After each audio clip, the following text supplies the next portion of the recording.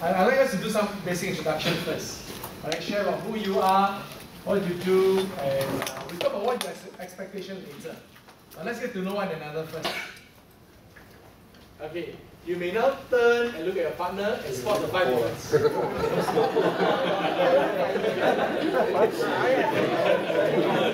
How many of you can find 5 and your partners can find 5 of you? Okay. Don't have. Okay, so the 2 of you can find, eh? Okay, show us the 5. Oh, put back already. Okay, please do not put back. Now, just in case you think this is the challenge, it's not the challenge, it's just the starting. Okay, I'm going to give you the next 30 seconds. And I'd like you to make 10 new changes. Please do not put back. I want you to put 10 more. Alright? 10 more. 10 more. 10 new changes. Alright?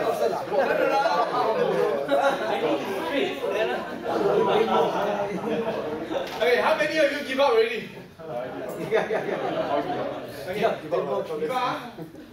Okay, now, when I did this in other classes, they will go one more time.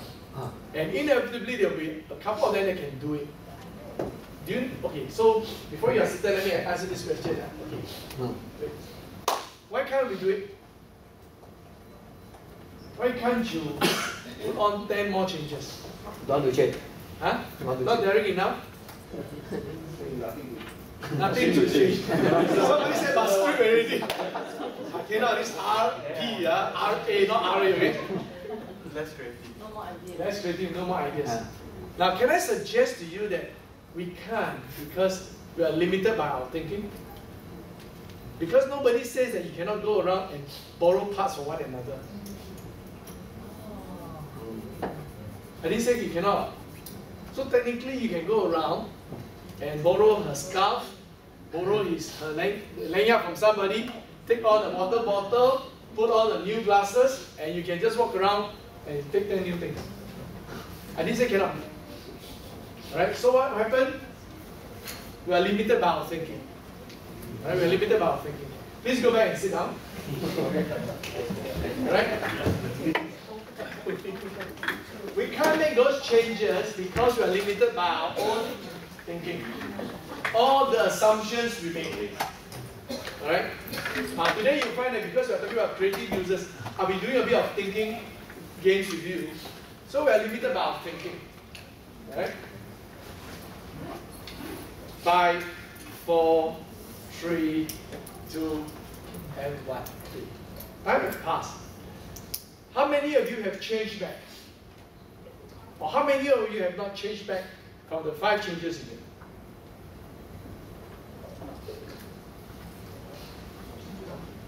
You have changed back, eh? In the process. In the process of changing back. Now, other than one person, the rest of you, or most of us, have changed back to our original attire. Right? Why? Comfortable? Familiar? Scared lost. Scared lost. We are also limited by our habits. The reason why we don't make changes is because we like to go back to our own familiar habits. So ladies and gentlemen, if we want to talk about creativity and we want to talk about being engaging and changing our ways, we must be prepared to re-examine our thinking and our habits. Because these are 2 big things that limit you. You will always be doing what you've been doing because of these 2 things. Someone said, you know what's the definition of insanity? Insanity is trying to do something the same way but expecting a different result. You keep doing the same thing and you're hoping to receive different results. Right? You can't. If you keep doing it the same way, with the same thinking, with the same habit, you will get the same outcome. So in order for us to experience new things, we must be prepared to change the way we think and some of our habits. One thing that I did for myself, I used to like very boring colors. Right? And then one of the things that, because I want to change myself, I start to put on rainbow colors. Now today, because I'm not sure what's the correct protocol, so I wear semi-formal. Otherwise, I'll come with my colorful Crocs, just to make a statement.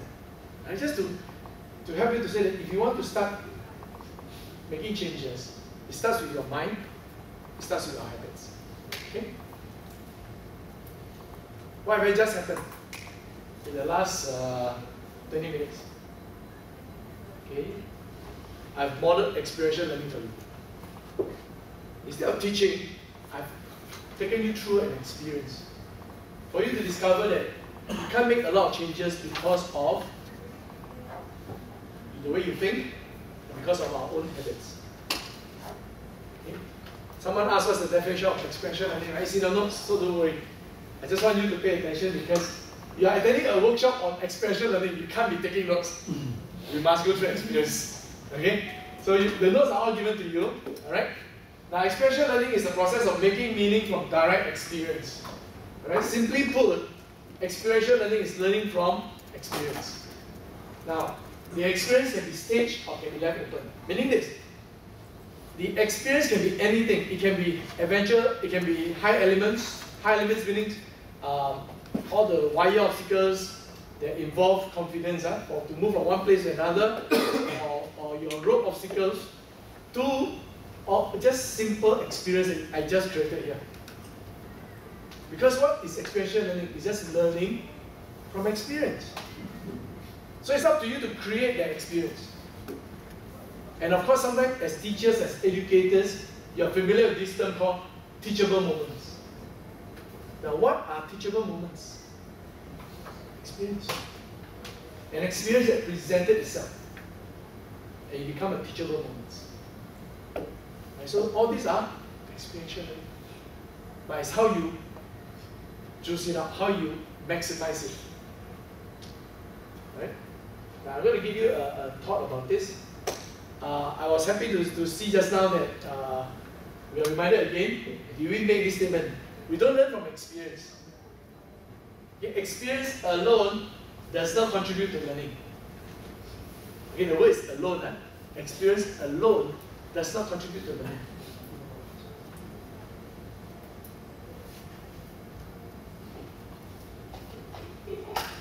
Sorry, there's something. Now, experience only contributes to learning when there's facilitation or when there's reflection. Right? Experience alone does not always mean that there's a learning that takes place. Right? Otherwise, all your students will have been great learners. You see, why your students, when they sit through your lessons and they have an experience. They have an experience of a lecturer talking to them for 45 minutes. Have they learned? Not necessarily. So what must take place? There must be a facilitation. Or, for those who are self-directed learners, they learn the art of reflection. Now, time does not allow me to teach you about reflection techniques or some of the facilitation skills. I'll just share with you quickly. All this is in your notes. The 6th generation of facilitation. For those of us who are involved in adventure or in see, I'm trying to gauge what you know and what you don't know. How many of you are familiar with this? Then I'll just skip. Have you heard of 6th generation of learning? Of facilitations? Other than Kelvin, the rest of you have not seen this. So Kelvin, bear with me, okay? For their sake, I'll just share it with you. Now, as the time lab suggests to you, let the experience speak for itself. This is very popular back in the 40s. What they do is that they will bring people for an experience. Let's say you bring a group of kids to climb out a mountain. And you let the experience of climbing out the mountain speaks to the student. You don't have to do anything. If I'm a teacher, I bring them up the mountain. I say, okay guys, we have completed climbing the mountain. I trust that you learned something today, let's go home. Okay? You let the climbing up the mountain speak for itself. Right? So that's the 1st generation of facilitation. Because the experience is well designed, you know that when they climb out the mountain, they will learn something. Right? Now the second generation, of course later they discover that it's not good enough because when they climb up the mountain, the fit one, no sweat.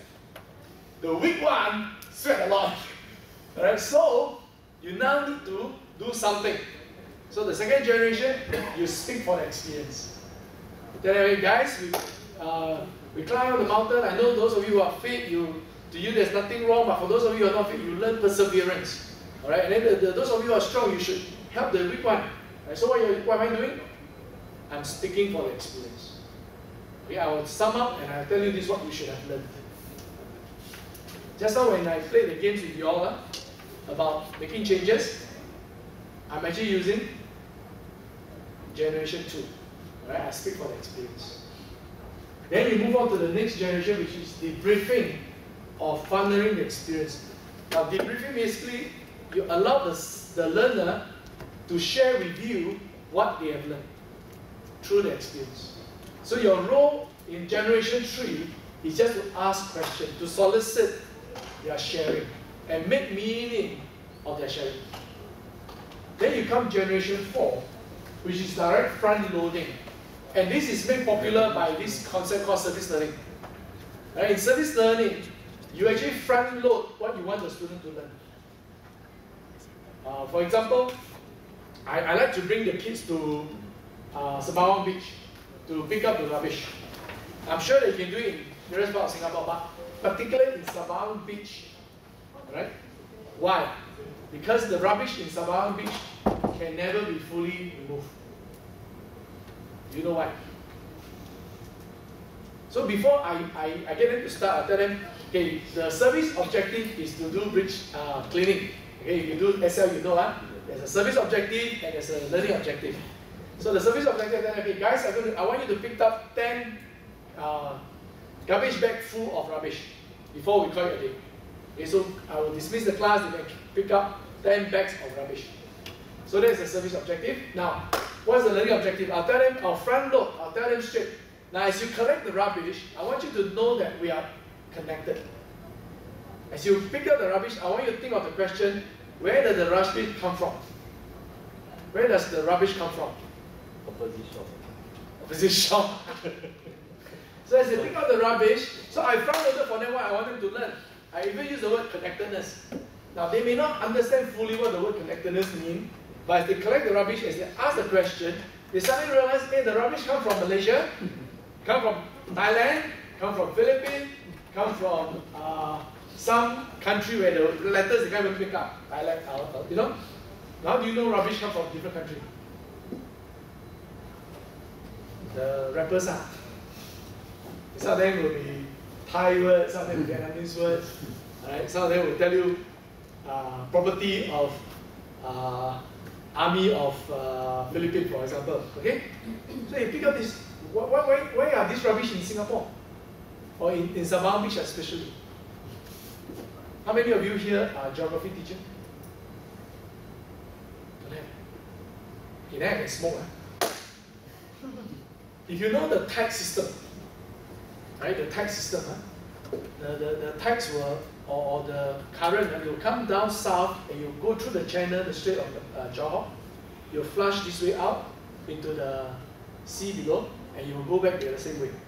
So because of that, it will collect the rubbish from Thailand, Malaysia, all the way down. And so you'll flow past our Sembawang Beach. In the same way, when you come the other way, from Philippines, from Indonesia, you come through the same channel as well. And because of that, therefore, the rubbish from these few places will come in and out of the beach. Come back to the same word again. What's the word I gave them? Connectedness. We are connected to the larger community. You cannot just take care of our beach, you must take care of the environment in the environment. You can take care of the beach today, you'll still be dirty tomorrow. Because we are connected to one another. So we need to think broader when we come to problem solving.